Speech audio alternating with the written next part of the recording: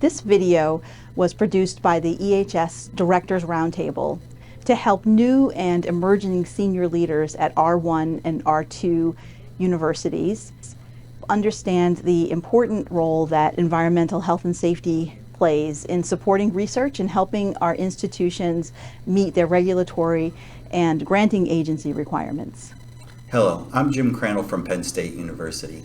As president of CSHEMA and on behalf of our Board of Trustees, we are proud to be a sponsor of this important safety awareness message in this video. CSHEMA and the EHS Directors Roundtable want to thank the Association of American Universities, the National Council of Research Administrators, and the Council of Government Relations, along with several other key stakeholders for their endorsement of this video. Thank you.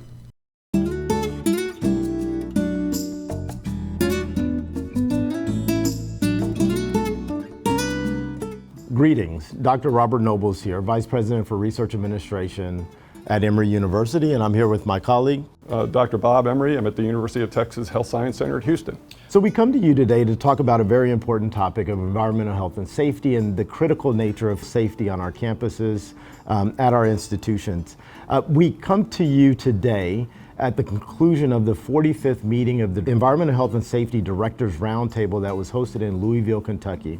Our host brought together more than 50 members from across the country of environmental health and safety professionals and leaders from many of your campuses.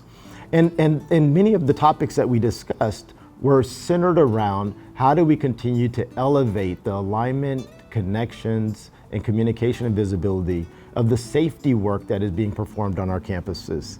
In 2015, I helped to publish the APLU guide on laboratory safety that is used around the country, and the number one recommendation is ensuring that leadership of our institutions are aware and they're supportive of their environmental health and safety environment. So Bob, you've done a number of things across the country. Could you please share for our audience the work that you have done to help our country move forward with laboratory safety? Sure. Well, let me maybe first start by saying I appreciate the opportunity to chat.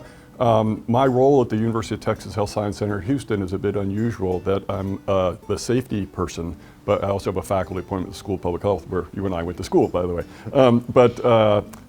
But in addition to that, the EH&S profession is a very freely sharing profession across the country.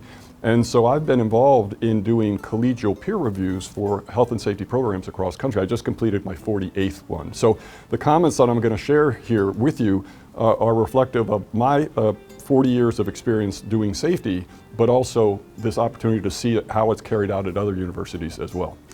So with that in mind, I guess maybe the first question is, because of your experiences in dealing with other administrators, there's some administrators that don't fully understand what EH&S programs do.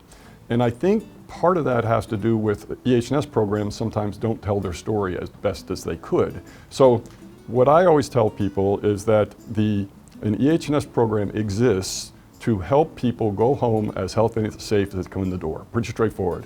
And so that their activities cross all the boundaries. So it's there to protect the students, there to protect the faculty, the staff, the visitors, the patients, and the like. And very similar to the footprint you have there at Emory. Yeah. But at the end of the day, it's to assist. And the reason I'm using the word assist is because EH&S programs need to function as a service organization supporting the teaching, research, and service missions of the university. Yeah. So one of the things that I've found, and I want your comments related to this, is that in some of our institutions across the country, upper leadership is not quite informed or aware of all the services and support that environmental health and safety perform on their campus, their life-saving activities. And so what techniques would you suggest? Well, yeah, and let me tell you why I think that is. Okay. I think it's because in the safety world, on a good day, nothing happens. And so we've got to be really, really good at telling the story about the resources and the activities that are carried out to make nothing happen, because it doesn't happen by accident, to use a pun. And so I think the safety programs need to be overt in marketing their activities across that administrative sphere which I think is something that you've experienced in your travels, your professional travels, that some of these administrators just didn't know what safety did. And upper leadership needs to continue to know the value of the work that's being performed. Well, and that's, I figure was going to be the next question, is what is the value proposition? What is the value proposition? Yeah, and so a good health and safety program will certainly, number one, protect the health and safety of all the constituents on campus, but in addition, it maintains compliance, because if out of compliance, that can result in fines. It can also result in lower insurance rates for workers' comp and property insurance, and it also protects the reputational image of the institution as well. So there's a lot of value in there. Sometimes the story just isn't told as best as it could be. Yeah, and I think in addition to the value that you identified, for our R1 and R2 institutions and aspiring institutions doing research activity, the integrated work with our faculty is absolutely critical. Yes. The support that faculty need to reduce the burdens to carry out their research, the research mission of the university, is something that needs, that our administrators and the safety professionals could be key at performing those activities and having those relationships. So one of the challenges that we've heard even at the Directors Roundtable is resource allocation and resource alignment. Yes. So what would you suggest that an institution of higher education should do in terms of learning about the services being provided, being able to assess it, and what contributions or additional resources? I encourage these safety programs that I'm involved with doing peer reviews to actually make a coherent annual report that captures those key performance indicators, but includes things such as the cost for the program.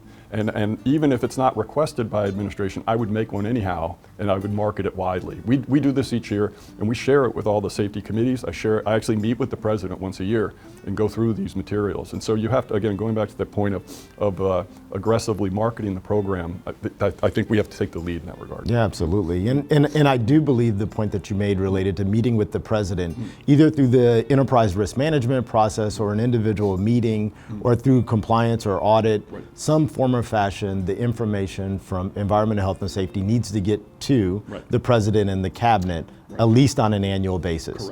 Correct. Because we've had incidences in the past where institutions had not done that. Yes. Yeah, and we make sure it's documented, and we are actually subjected to peer reviews as well within the University of Texas system. And one of the things they look at when they come in to peer review us every 3 years is show us documentation that this information got to the president, which I think is a good thing. Yeah. And I think for grant compliance and other requirements of sponsored research activities, there's an expectation that individuals performing the activities will be trained, they will continue to carry out their activities in a safe environment, and they will perform their experiments in a safe way. Right. And so those are obligations that we sign off on whenever we take external sponsorship. Well, and going back to the term that I don't like to use, which is compliance, there are times when a faculty member is busy, or some problem occurs, and sometimes we have to take a time out or pause operations for a second and say, hold on, let's see if we can get this recalibrated. And so I normally go meet with the people in person, and I always tell them the same story, that not a single dollar is given to this institution without a set of explicit and implicit expectations. And explicitly, that money might have been given to educate students, it might have been given to do breast cancer research or whatever, explicitly, but implicitly, that money, you're supposed to use it wisely, you're supposed to do it compliantly, you're supposed to do it safely and ethically and the like. Our job is just to help you meet those expectations so that you can do the important work you do. And normally when I give them that pitch, they kind of understand what's going on, and then we can work together to solve the problem and then move on. Yeah, absolutely. So as we conclude this video for you today, let me just say that environmental health and safety professionals are the unsung heroes of our campus. They work tirelessly and selflessly to ensure that each individual that comes to our campus, including our visitors, are provided safe infrastructures for the activities for which that we continue to govern.